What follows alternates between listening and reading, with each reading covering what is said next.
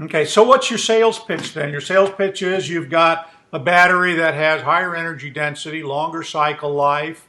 How does it compare cost-wise to whatever the other options? You know, there are German manufacturers, there are Chinese manufacturers, Korean manufacturers, Japanese manufacturers. Unfortunately, very few American manufacturers, it seems. Um, Yeah, so what's sort of the sales pitch? You're the marketing guy. yeah. So yeah, first of all, of course, the technology there, the technology is more advanced compared with other battery manufacturers. Let's say that because even back to 2 or 3 years, but not so many people can supply those faster charging batteries. Now we have all those in-field operation records. It's already almost 15,000 electric buses or other electric vehicles using our faster charging technology, and is operating in a very good way without any accidents. It's still as what we said.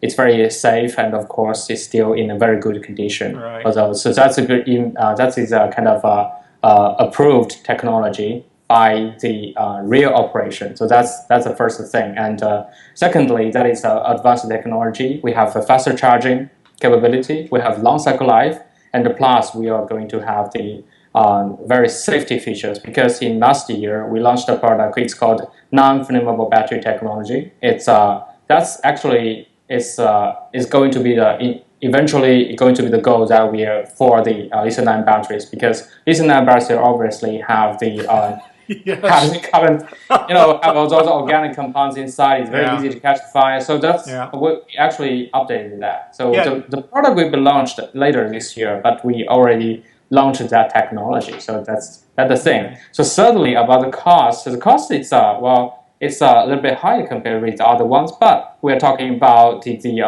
the total cost of ownership that is will be lower, because Right. faster charging technology obviously is the only technology that is suitable for the commercial operation for the bus industry. Because if you do the slow charge, at the very beginning of the 2 or 3 years, yes, it can fulfill the requirements. But in Europe, let's take it like, for example, 250 kilometers is not that enough for the bus operation. In some of the cases, people driving like more than 300 kilometers, which means the slow That, charging. that's in a day's time. So a typical route might be 250, 300 kilometers in a Yeah, day's operation then. that's well. In this case, only the faster charging can do this, Right. because faster charging with smaller batteries, but we are using those intervals, shift intervals or other launch breaks. Those fragment times, those times to the faster charging, that can fulfill the whole day operation as long as you want it.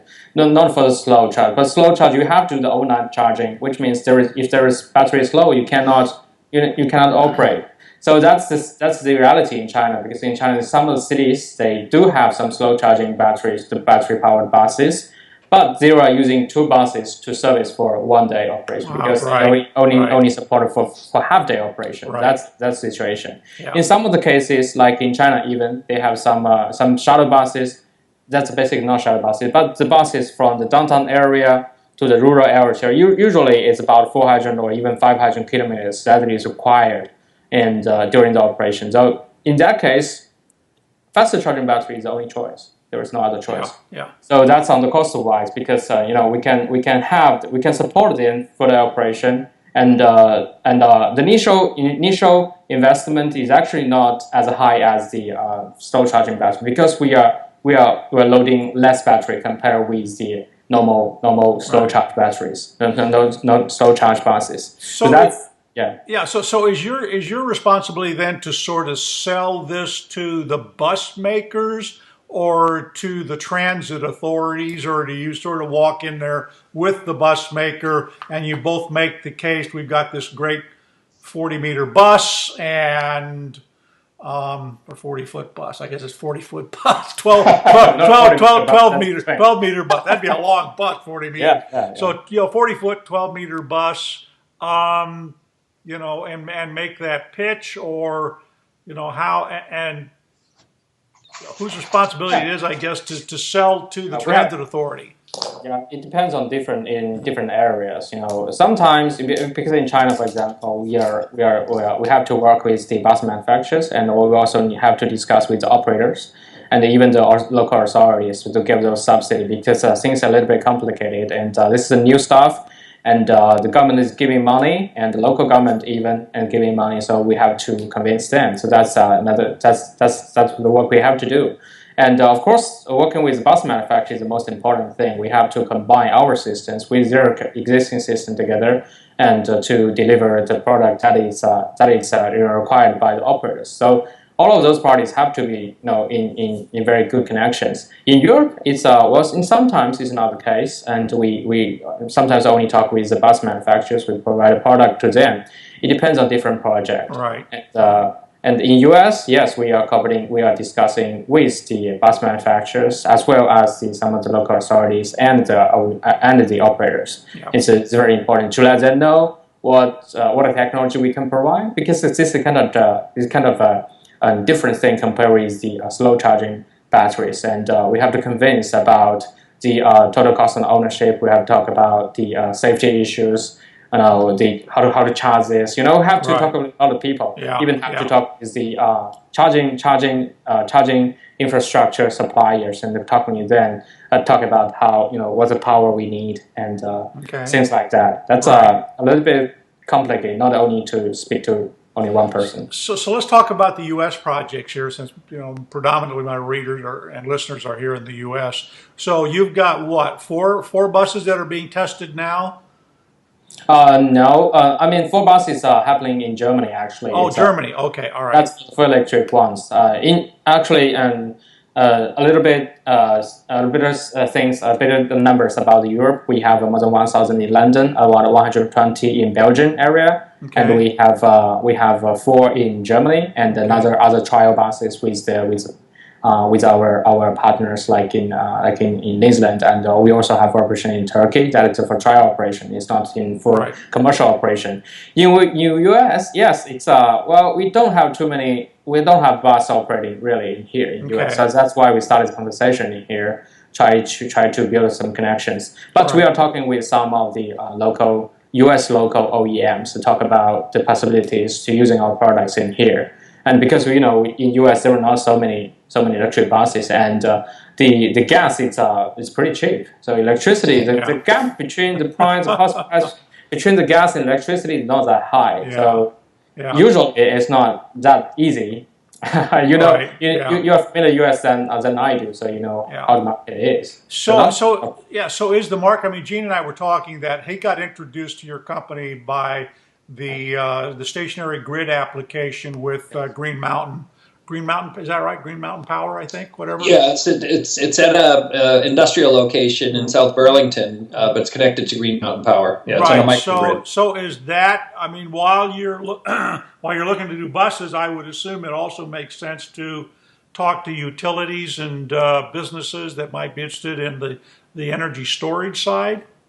Yeah, sure. I would like to talk about that. Actually, battery can be used in different areas, right? So our strategy for the transportation electrification is actually first from the buses, and then because maybe you already noticed that, because of from the first generation to the third generation we are having now is what is being improved is actually the energy density. So by improving the energy density, which gives it the capability to go to the electric taxis and electric passenger cars. Right. So that's our strategy from the bus to the taxi and then to the passenger cars. Okay. So that's actually for the electrification of the transportation. That's our I think our number one target. The battery can be used in other areas for sure. Right. So energy storage is of course another very good application for the battery. Like what we can provide. We can provide high power and non-cycle life batteries. That is very suitable for the frequency regulation, especially that's the market in US. And of course for the other energy storage. Because when the energy density goes higher, it means the cost will be lower, which means it's very suitable for the normal energy storage applications, like for the Windows solar power integration or things like that. So that's why we work together with the PCS manufacturers, with the utility partners. The one we talk about is Titanate Power. We actually have one containerized battery being located in their facility to test our battery, to integrate with our technology with theirs to to testify what kind of solution we can provide to the customers, because this is also a new field, right? So that's another thing. And of course, we are looking for other markets, not only be limited in the energy storage. We're talking about the heavy-duty applications, which requires a lot of power, for example, like the mining machineries, like the port machineries. So that's something some markets we're also developing that we're looking at. Okay. What's the format of the batteries? I didn't ask you that. Is this prismatic, or are they the small 18650 type?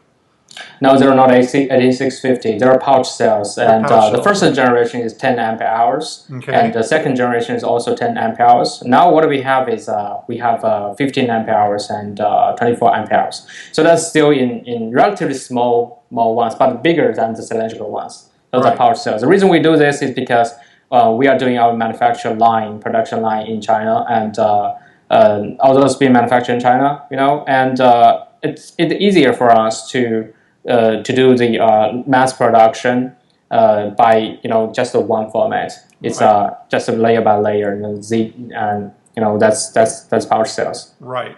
Yeah. Okay, so we'll wrap it up here. We're about half an hour. So we've had obviously a change of administration, some very drastic policy initiatives. And so I'm wondering, what impact do you think that's going to have on businesses that manufacture in China and need to bring product here into this country? What do you guys think? Just waiting and seeing, or do you have contingency plans to maybe introduce production here at some point? I know that's probably proprietary, but I'd just kind of like to hear what your thoughts are with respect to these changes that we've had on the international market. Yeah, we already have the relatively small compared with China. Obviously, we have let's say a manufacturing facility here based in Houston, in Texas. So the thing we are going to do is we are going to manufacture the products here in U.S. for the U.S. markets. And because some of the markets are requiring Buy American Act, and we have to follow in that, and especially for the metro area, for the other areas once you enter, like for the ports, and those are very traditional industries areas, and we have to follow the Buy American Act. We are working on that, and as long as we have some orders secured, we will manufacture those products here in the States. Just like in Europe, the same strategy. We're going to manufacture there because that the product has to be qualified or have to comply with the local regulations in either the components or the how you construct it on the engineering side. That's a lot of things we have to follow. So in Europe, we actually have an office in Frankfurt, in Germany, and we just got a place, and we want to build up a production line there. It's basically, we also have an engineering center in there to engineer those products. And in US, the same. So that's our strategy, to manufacture locally. Yeah. And hire locally too. And hire locally too, especially. Very important. Hey guys, thank you very much. It's good talking to you. And although we had a little glitch there in the middle, I think pretty much it came out pretty well. If you can give, Gene, if you can give some thought to a suitable photograph for the cover there of EV World. Generally, when I do these interviews, you become the featured story, so we need a sort of a fairly large format image that we could use that kind of shows the buses, shows the batteries being manufactured, or whatever. You give me put something in Dropbox, and I'll go look and pick something. How's that? Okay, we can do that. All right, good. Guys, thank you, and best of luck on getting the products and things into the U.S. market. Thank you very much. All right, guys. See you later. Have a great day.